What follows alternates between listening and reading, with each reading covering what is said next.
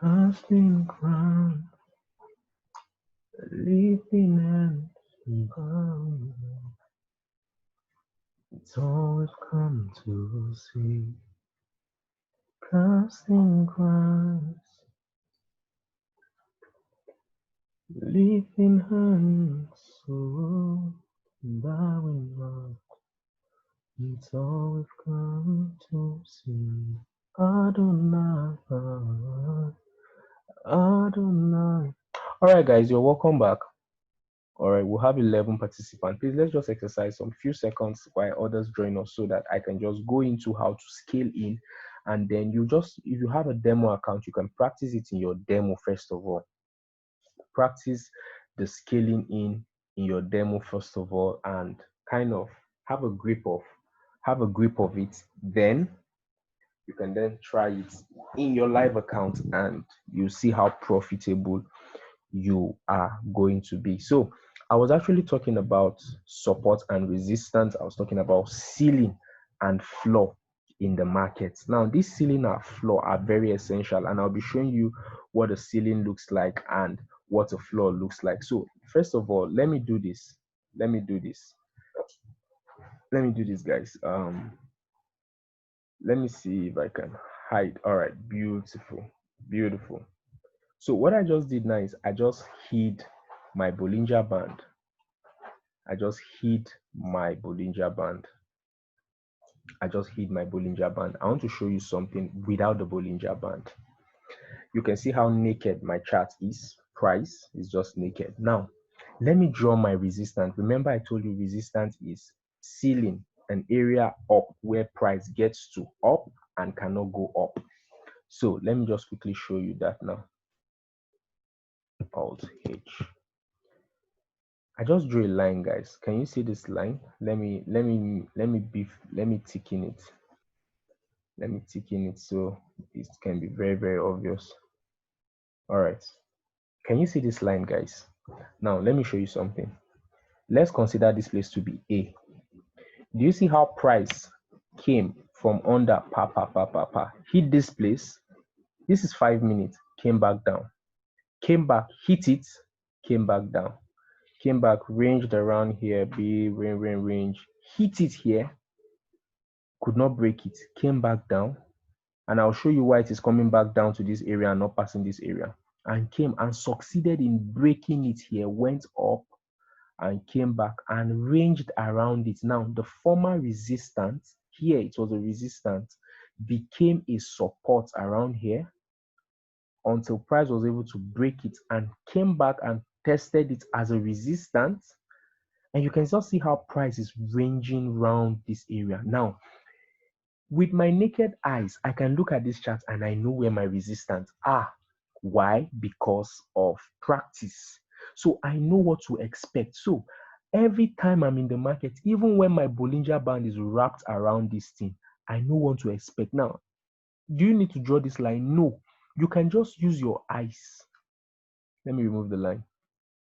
Now, guys, tell me you cannot use your eyes to just look at this thing and say, it's obvious when price comes to this area, price always turns back. So what you should do is the next time price comes to that area, be ready for a put. Be ready for a put. So that is how we know when to scale in. Now, this is one strategy I'm teaching you.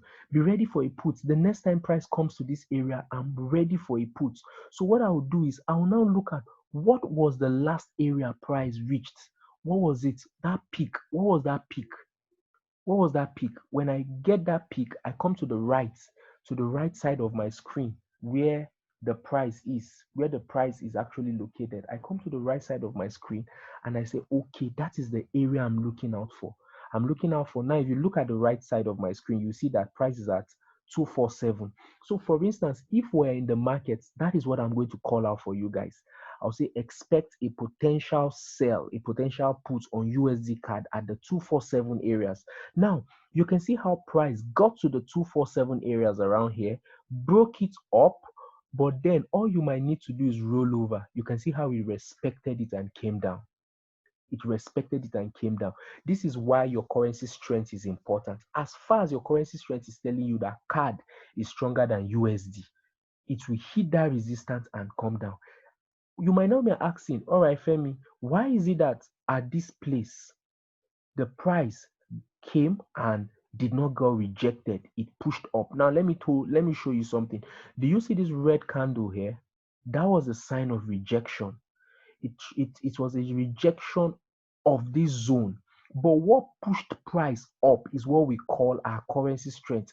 Obviously, guys, even without looking at the currency strength, you should know that at this point it was obvious that USD was stronger than CAD because of, you can see the consistency in the bullish move.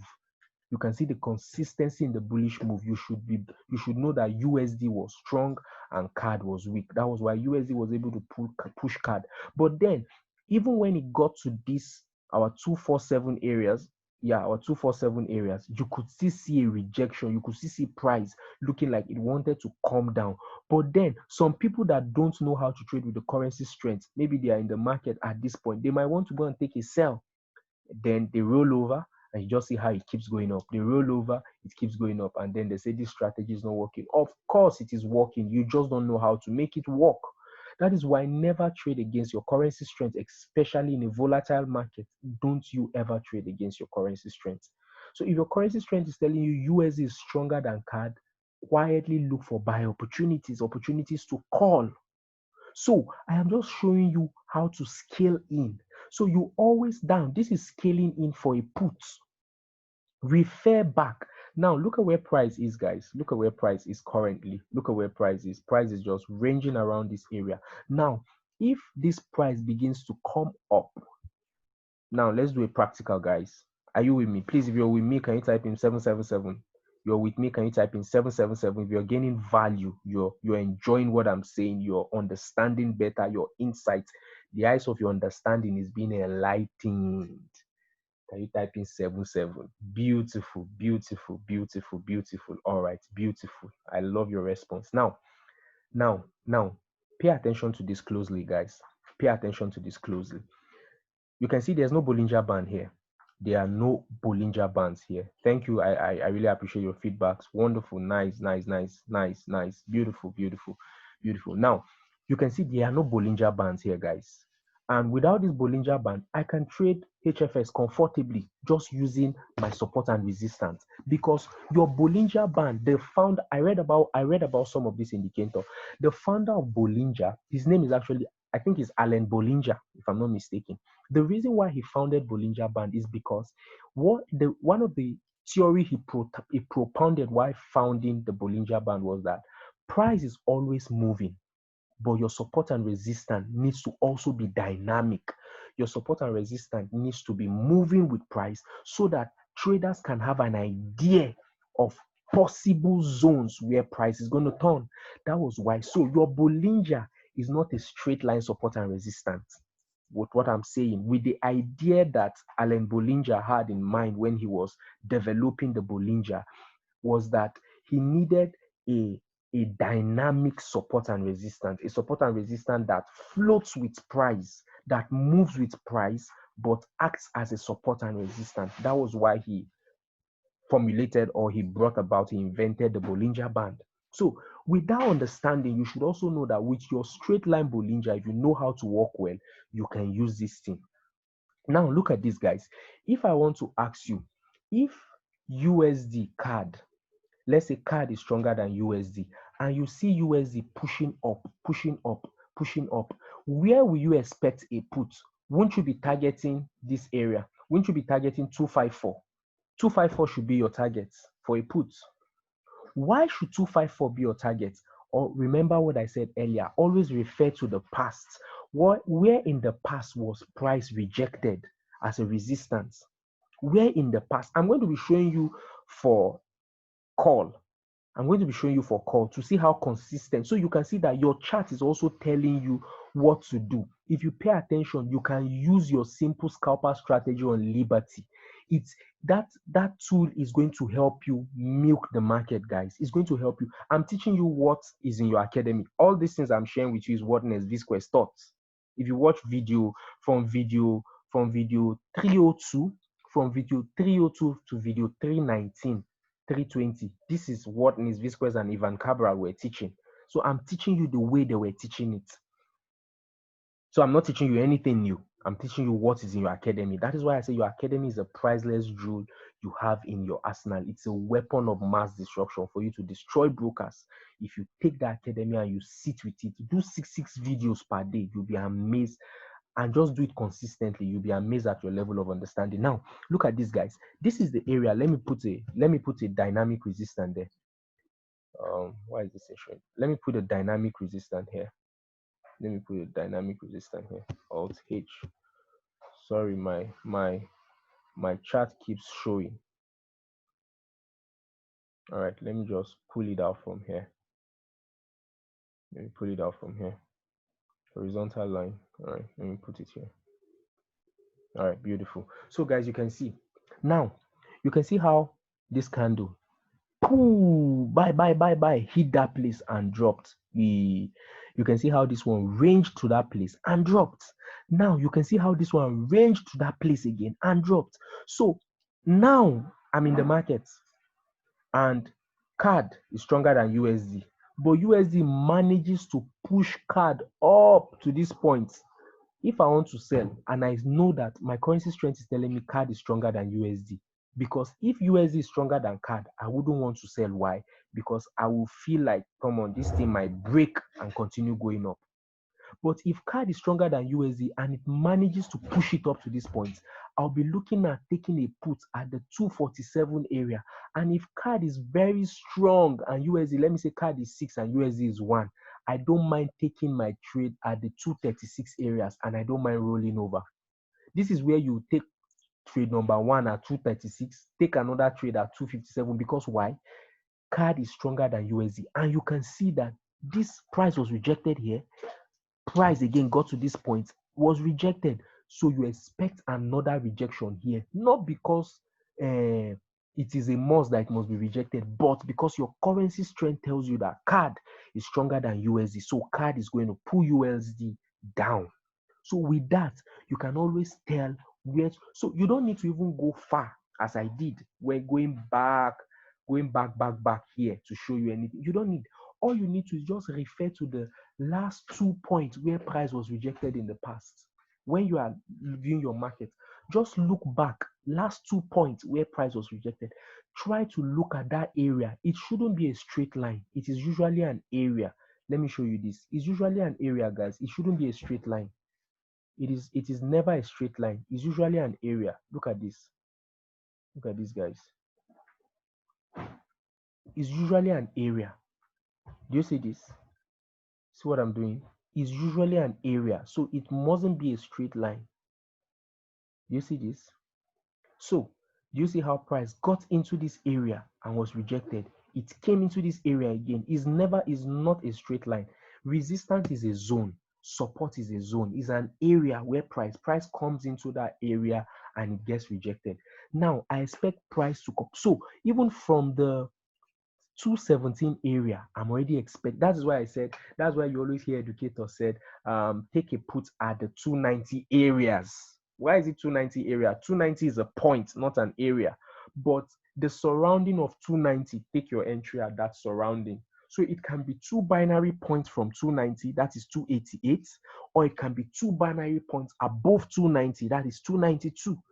You could just play around that area. So if price comes up, pushes up at this area, I'm expecting a reversal if my USD is strong, if my CAD is stronger than USD. But if my USD is stronger than CAD, I expect this thing, I'll be waiting for this thing to break it upwards.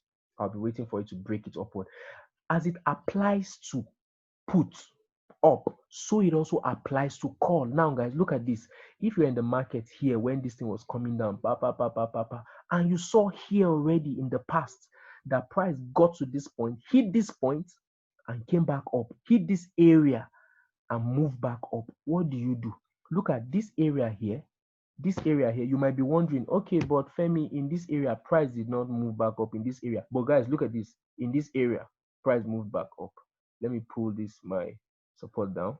Let me put this my, look at this, guys. Look at this. Do you see how in these areas price hit that thing? What you need to do here when price comes, when you take a call and it looks like it's pushing down, but you know that USD is stronger than CAD, is to roll over. You roll over once. Look at this candle. Look at how it closed up. This is a support area. With this, you don't even need to look this far. Let me say this already happened. You missed this entry. Price came, hit this place, and came back here. I will be looking at taking a call at the 113 areas. Look at it here, guys. 113 areas. Why will I say 113 areas? Because 113 was where in the past price got rejected upwards. And guys, you can see that move. Imagine you took a trade on USD CAD here. You would have cleared your trade neat. You would have cleared your trade neat. So this is entry 101. I don't want to overload you this evening. There are other things I'm going to be sharing with you on entry, but this is entry 101, just like we have English 101 or GST 101. This is entry 101. We're going to be that will be tomorrow, not this night, guys. Converting this video and uploading it on the YouTube channel and sharing it on the groups so that you can just go as you're watching your academy. If there are things that you cannot understand there, you can just use this one, repeat it, see what I'm saying. Subsequent classes, I'll be emphasizing this thing. Repetition is one of the secret of mastery, and you too doing your own repetition in your own end, watching your academy and just watching over and over. Now with these guys, you don't need to wait for next Fxcritique to call trade for you. I barely take trades with educators. If I hop on educator session, that's because I want to learn, not because I want to take trades with them. This morning I woke up at about 3 a.m. and I took my first trade, even when Ness was just teaching. I was trading. So you don't need educators are just there to help you, but then you can get to a point where you become an educator, where you can call trade. You see what the educator is seeing and you know how to take this shot, guys. And that is the target, getting you to that point of independence where you now become independent. You are a custodian of this skill and you can use this skill to generate resources for yourself. So guys, unfortunately we're not able to take any trade, but come on, the knowledge you've gotten this evening is more than maybe a $2 trade or a $5 trade or a $20 trade. This knowledge can fetch you hundreds of dollars if you understand it. It can fetch you. So this night we didn't take trade. We hope tomorrow we're going to take trades.